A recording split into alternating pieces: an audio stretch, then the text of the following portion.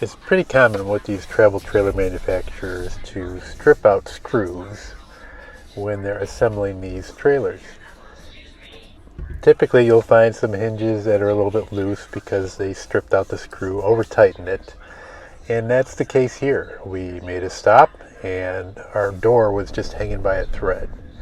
It looks like it was stripped out. Now, I've been tightening these screws periodically, but I knew it was only a matter of time before this was going to happen.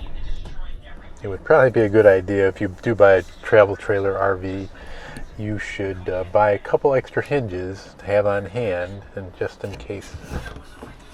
Unfortunately, I'm not following that advice, and I'm going to have to do a little bit of body work on this hinge.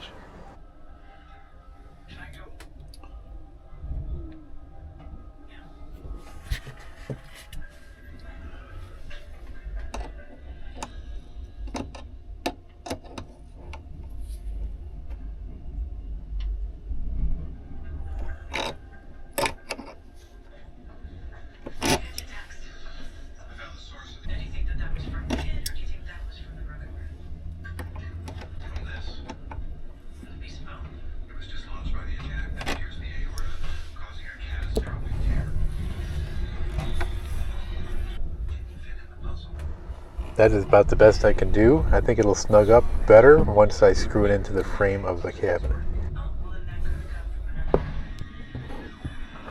Now, there's no way I'm going to use the old holes, and I'm not going to use the old toothpick trick either. So there's just enough meat on the door that I can come up about 1/4 inch and just completely re-drill some new holes for the hinges.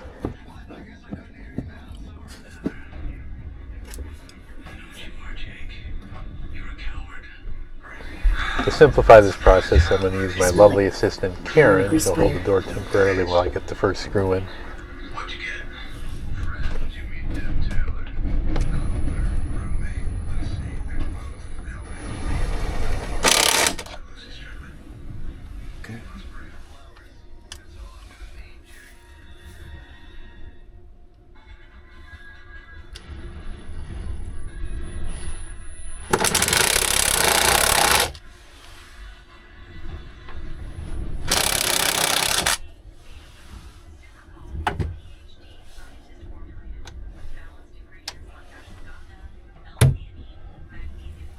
Moved it up. That's all right. Nobody cares. Nice.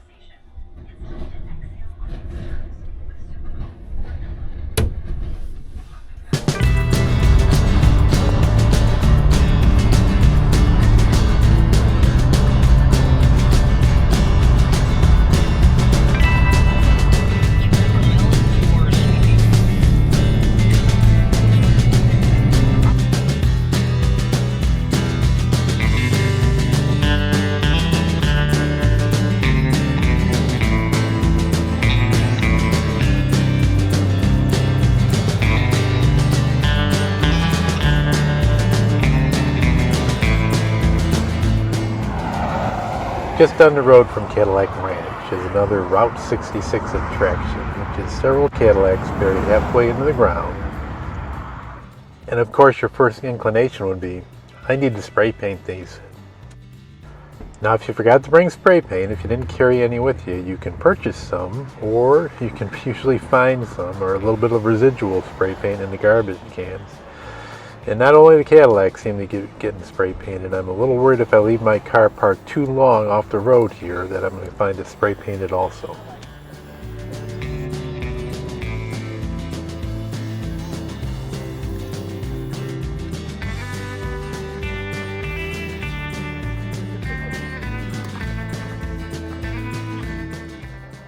By the looks of these Cadillacs, it looks like spray paint is what's holding them together.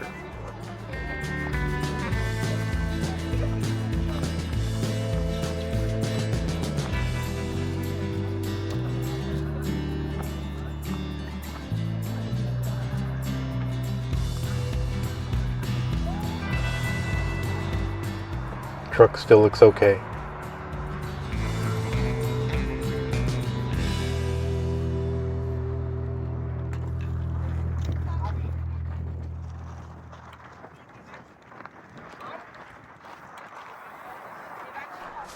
I don't know about you, but if it's really not frowned upon, I don't know if it takes the fun out of it or not.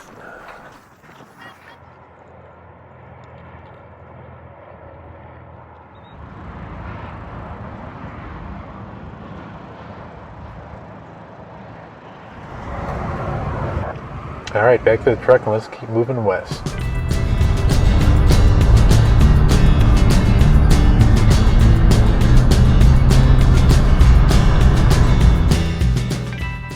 Another Route 66 attraction. This is the Leaning Tower of Texas. If you look, there is nothing underneath the 2 feet of that water tower.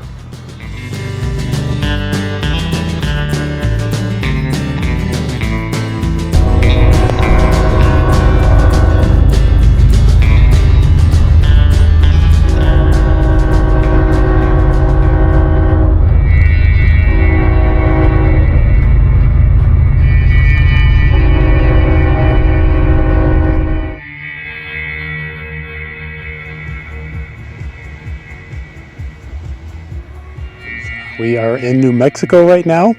This was the start of a 63-day journey 10 days ago, and we're just outside of Roswell, New Mexico, about 10 miles outside of Roswell.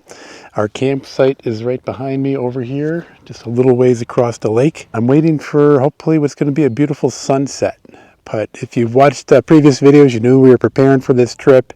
And as I said, we're in our 10th day right now. We started off fairly simple, where we just wanted to put a lot of miles on our trailer and go south and try to get into some warmer temperatures.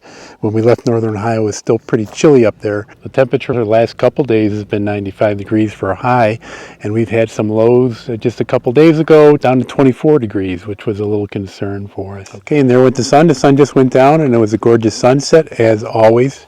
It's a unique state park. They call it Bottomless Lake State Park because of these little sinkholes. They basically are like sinkhole type features that are so large they've created their own lakes out of the natural depression in the ground.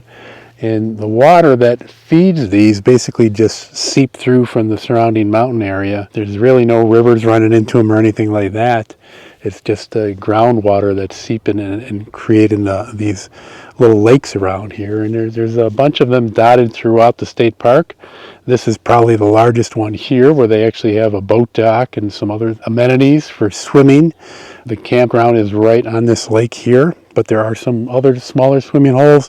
There's some places where people have been fishing. A unique experience to be here in New Mexico compared to Northern Ohio, where usually everything is very green and a lot of trees, and there's hardly any trees, and it's not that green out here. But nonetheless, there's a lot of beauty out here to behold. And then Roswell, of course, is a whole different story.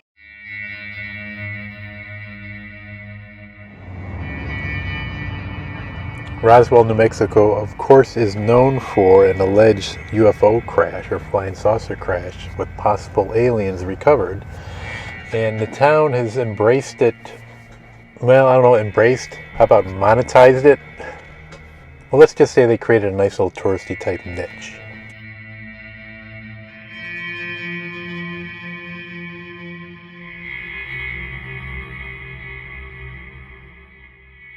I personally like the lamppost.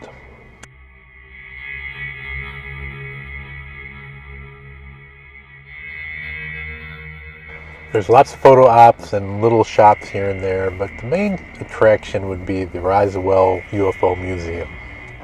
Personally, I thought the price of admission was reasonable, about $8, and it's pet friendly. So Willow did not have to stay back in the trailer, and we didn't have to worry about her getting air conditioning.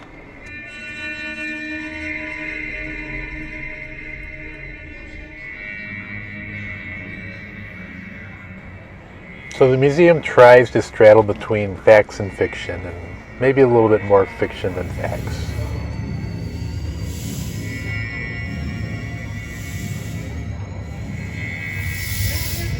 It certainly covers the Roswell UFO incident back in the 1940s. It also covers other UFO abduction stories.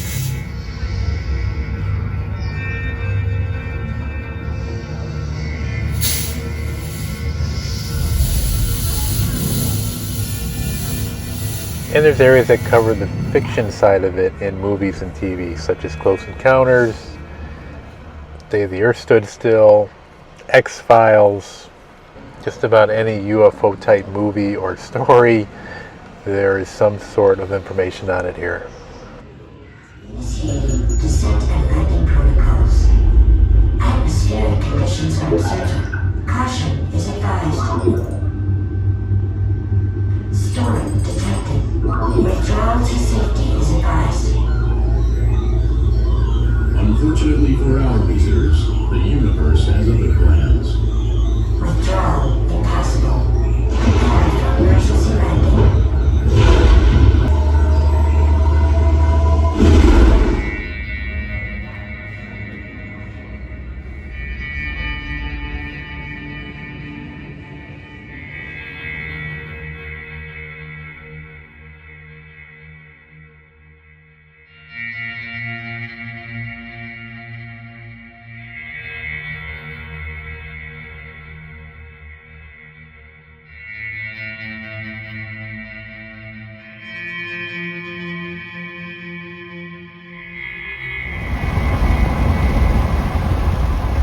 We've spent 2 days in the Roswell area, and we could probably have gotten away with just one. We're taking advantage of the second day just to stock up on supplies and get some things taken care of around the trailer, clean things up.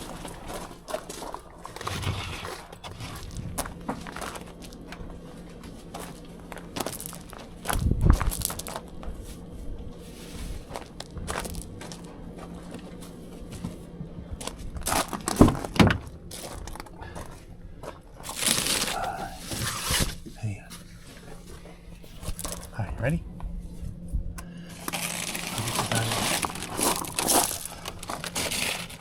All right, let's go.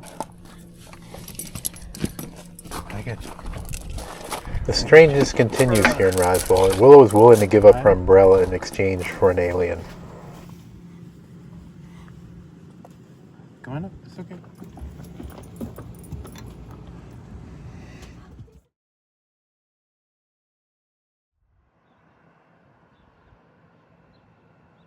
So even though we're on the road for several days, you still want to keep up with your normal personal hygiene routines.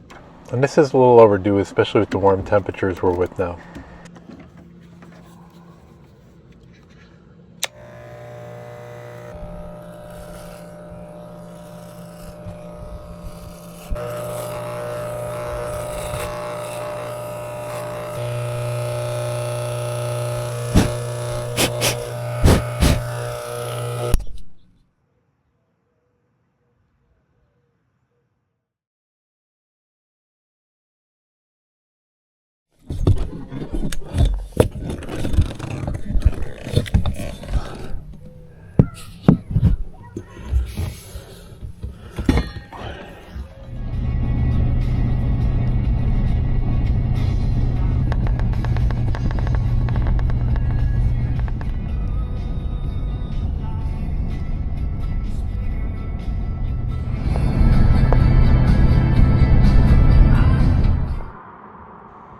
Beep beep.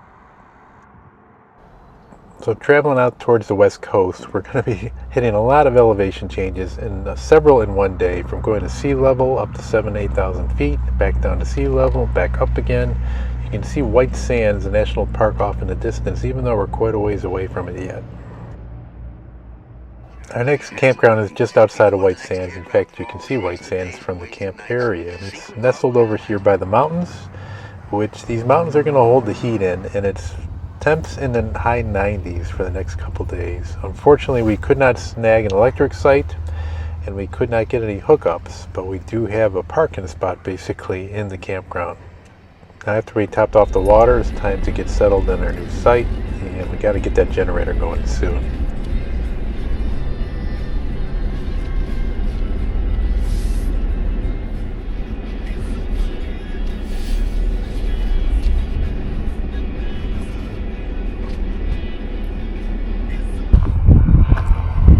Doggy can get out. Alright, now what about up and downs? Just looking. 2 1/4 inches. And I'll crack another one. Right, this side or that side? That side. The other side. Yeah, watch the rock. We're going on the other side.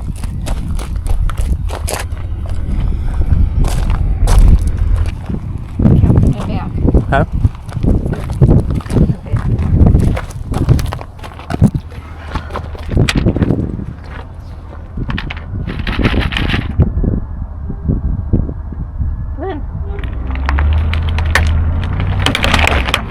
Good.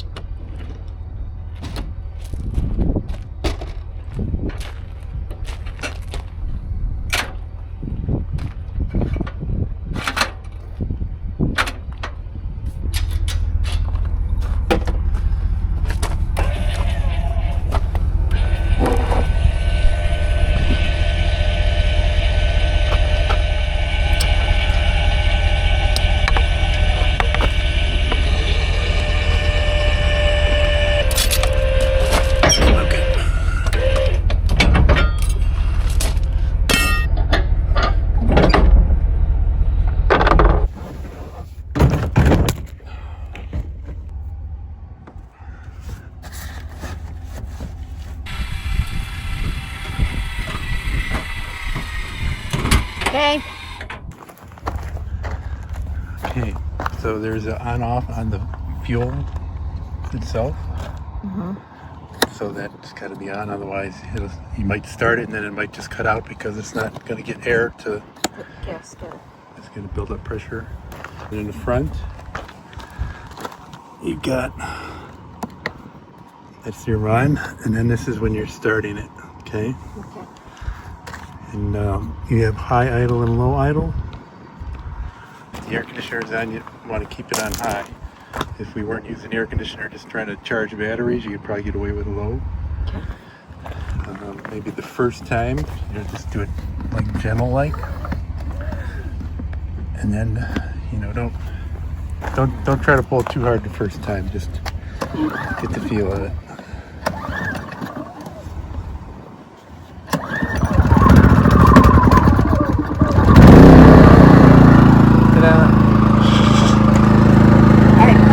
And then when it started like that, I had to put it under run, otherwise it'd stall out. So it's kind of like a choke. Alright. It's being this hot, it didn't take that long.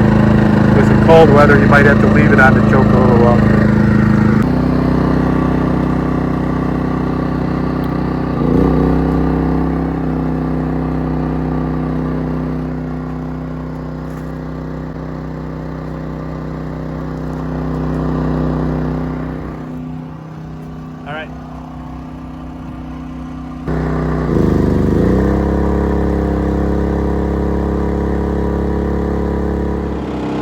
Okay, it's about 95 degrees. We've got the generator up and running. Seems to be working okay.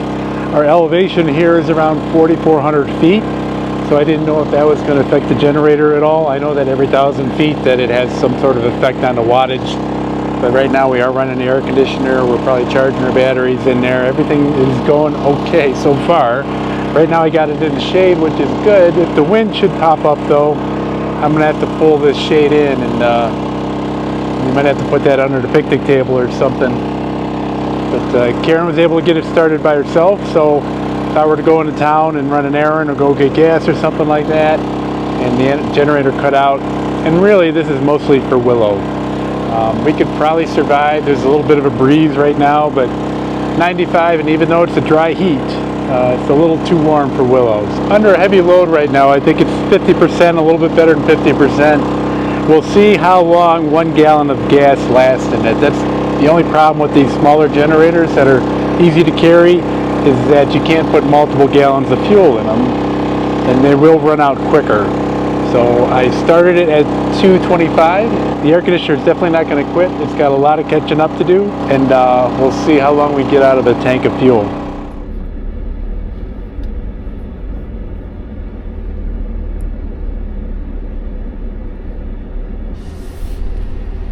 Hello, how are you? I think Brandy's ready.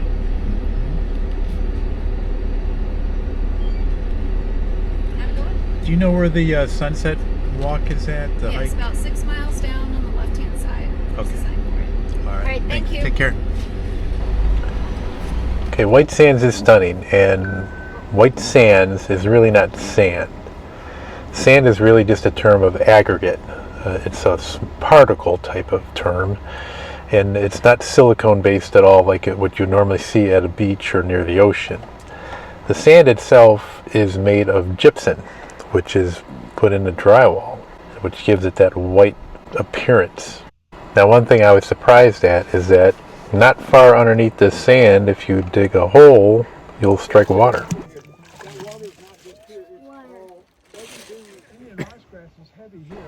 So the park is very interesting, especially being that it's only really been formed within the last 20,000 years, which is the blink of an eye compared to the age of the Earth. When you pull into the park, you'll just be on a paved road for just a short while, and then it'll basically continue as a road, but you'll be driving on the White Sands itself. And it's packed down. Periodically, with the winds and the changes with erosion and everything, the road will change here and there. But for the most part, you drive on the road. And the camera just does not do it justice. It looks like you are really in a snowy landscape compared to being in the sand.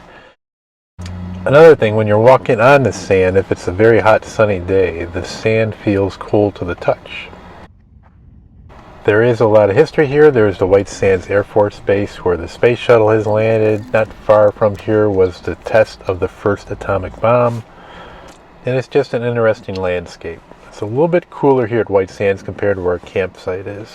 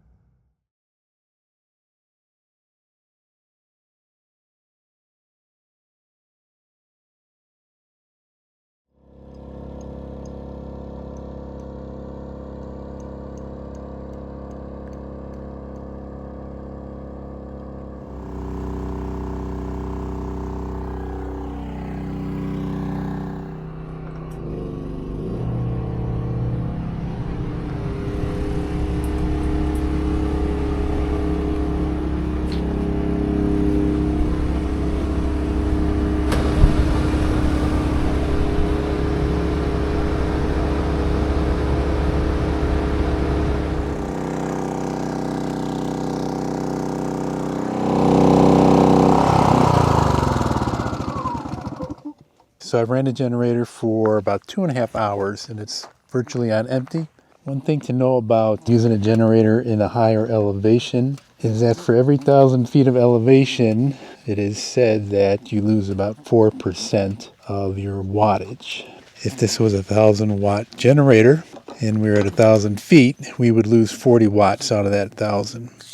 We're at 4,300 right now, roughly 4,300. We will be losing somewhere around 160 watts. Now this is 4,000 watts max, but the running wattage is 3,200. I didn't realize that when you go to the gas station here out west, I didn't notice it till I got out here, that typically we have 87 regular unleaded, which I use in my truck. But once we started getting into higher elevations out here, they don't offer 87, it's 86, which I guess is acceptable in higher elevations because it burns better.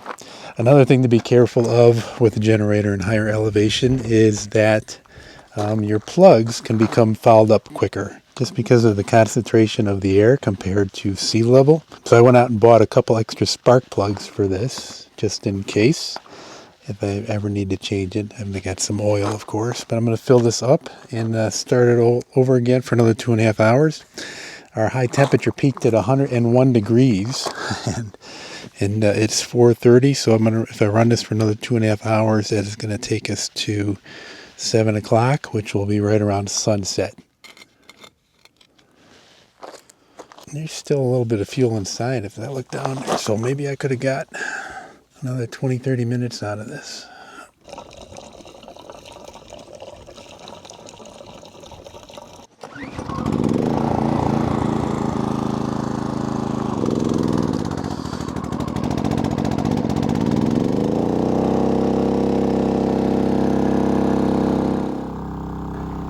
Alright, this will be our last evening here. We'll be moving on tomorrow. It's a nice little campground, got some nice views. Unfortunately, we didn't have electric, and they're working on their dump station, so we cannot dump our tanks here. We'll have to find somewhere to go in the morning.